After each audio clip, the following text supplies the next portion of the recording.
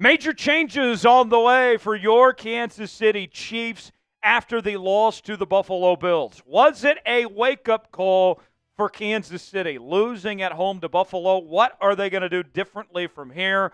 I've been telling you, folks, losses expose your weaknesses. And for this Kansas City Chiefs team, after starting 9-0, they're going to do some things differently. We'll let you hear directly from Andy Reid, Matt Nagy, and among others coming up in just a moment. Tyler Jones here with you. Thanks for joining us. Before we go any further in today's show, I want to set our likes record for the month of November. Currently, our likes record is 472, but I know we can do better than that, folks. Can we get 500 likes on today's video? If you love the Kansas City Chiefs, if you love hanging out with us here at the Kansas City Chiefs Report, just hit that thumbs up icon. We certainly would appreciate it. And we'll get going here on today's show. 3 major changes ahead for the Kansas City Chiefs after the loss to the Buffalo Bills. What will this team do differently going forward? And Andy and company had some interesting things to say that we'll get to. Let's start with the obvious one, and that is the return of Isiah Pacheco. All signs point to that Pacheco should return to the football field for the Kansas City Chiefs this week against the Carolina Panthers. Andy said that depending on how practice goes, that he should be in line to make his return.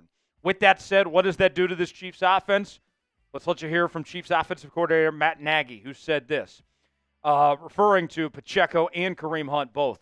Those guys both want the football, which is a good thing. Pacheco brings that Energizer Bunny mentality.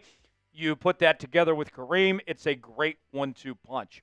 And this is going to enhance the run game for Kansas City here. I think that Pacheco steps back into his lead running back role, and he's going to be the bell cow. You heard Nagy say Energizer Bunny.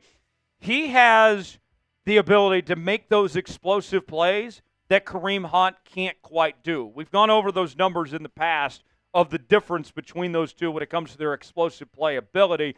I think that Pacheco's going to be your every down back, and then Kareem Hunt's going to slide in when it comes to short yardage situations, and that they will feed well off each other. Pacheco, before he got hurt, had a big game against the Cincinnati Bengals. In the 2 games that he's played this season, rushed for 135 yards, 4 yards a carry, 1 touchdown. Also had an impact in the receiving game as well with 54 receiving yards off of 7 catches. I think Pacheco's going to be a nice fit for this Chiefs offense, only going to take them up another level and do a really good job. I'm excited about Isiah Pacheco's return here to Kansas City, hopefully this week. Will Pacheco make a big impact for the Chiefs?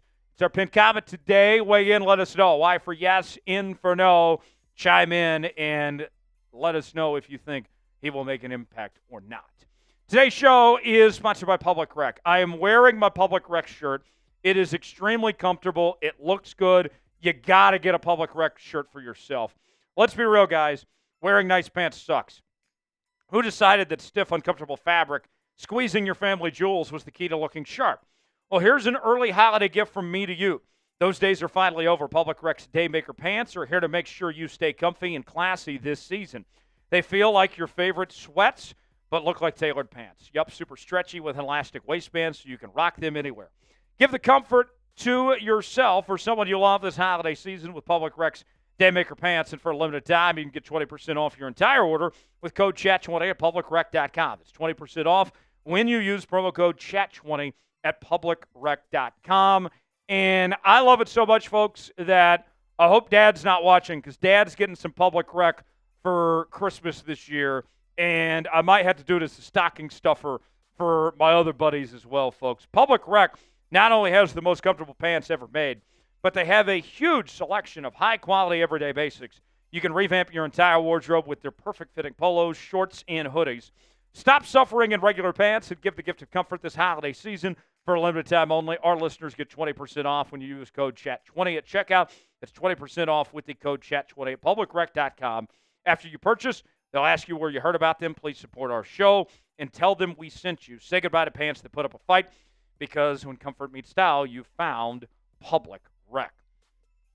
Up next, Andy Reid has made it known that the other receivers for this Chiefs team, they got to step up a bit. that it can't just be D-Hop and Travis Kelce doing everything, and that other guys got to do their part, because when you take those guys away, like what we saw what Buffalo did, then that creates a big gap. Somebody else has got to step up. Xavier Worthy did a decent job against Buffalo, but really no one else was anywhere to be found in the receiving game with the down day from D-Hop and Kelce. Andy Reid said this. They bracketed Kelce up in certain situations. DeAndre tried to do it in certain situations, but again, we can work through that part.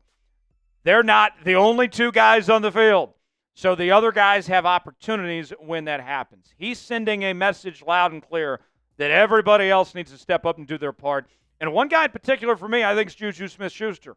And prior to the injury, Juju looked really good, had a breakout game against the New Orleans Saints, but didn't do much at all against the Buffalo Bills. You look at his statistics so far this season. In 7 games played, 10 catches, 155 yards, most of those yards coming against the New Orleans Saints in that big game he had there. I want to see that version of Juju that we saw against New Orleans more consistently, especially when you have those down days for Kelce and D-Hop that are going to happen every now and then. Against Buffalo, Juju just had 1 catch for 8 total yards with 8 yards of reception. He's got to do more. I can't really count on McCole Hardman or Justin Watson to get the job done. I need to see more of Juju Smith-Schuster, and I think Andy Reid knows that, and he was trying to send a message loud and clear on that front. Do you believe in Juju Smith-Schuster? If you do, type B for believe. If not, type D for don't. Get in that comment section. Let us know. Want to make sure you subscribe to the Chiefs Report, as we're bringing you live shows every Tuesday, watch parties on game days, daily news and rumors. We're also bringing you breaking news, Q&A mailbags. If you are a diehard Chiefs fan, this is the channel for you. Subscribe now for free. Doesn't cost you a thing. YouTube.com/ChiefsTV. Stay up to date, up to the minute Chiefs analysis you won't find anywhere else, right here in the Kansas City Chiefs Report by Chat Sports. Subscribe now. You'll be glad you did. Last on our list of major changes on the horizon for the Kansas City Chiefs, Andy Reid pointed to something that, I'll be honest, I was a little surprised about. He said that he and the rest of the coaching staff are going to back off a little bit. And when you hear what Andy says, it makes more sense.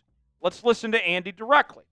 Andy said in one of his news conferences this week, you got to make sure that we're sharp, whether it's assignments or execution. We can do better in that area. We can do better as coaches of making sure our guys can be put in positions to do better and to maybe back off a little bit on certain things that we've been doing to help the players out so they can play a little bit faster. So what Andy's alluding to here is that they're not looking to micromanage as much. That the pre-snap situations, when you see guys like Nagy and Andy and others changing things up at the line and trying to look at what the defense gives you, they're not going to do that as much. They want this team to play fast without thinking. They want it to feel natural.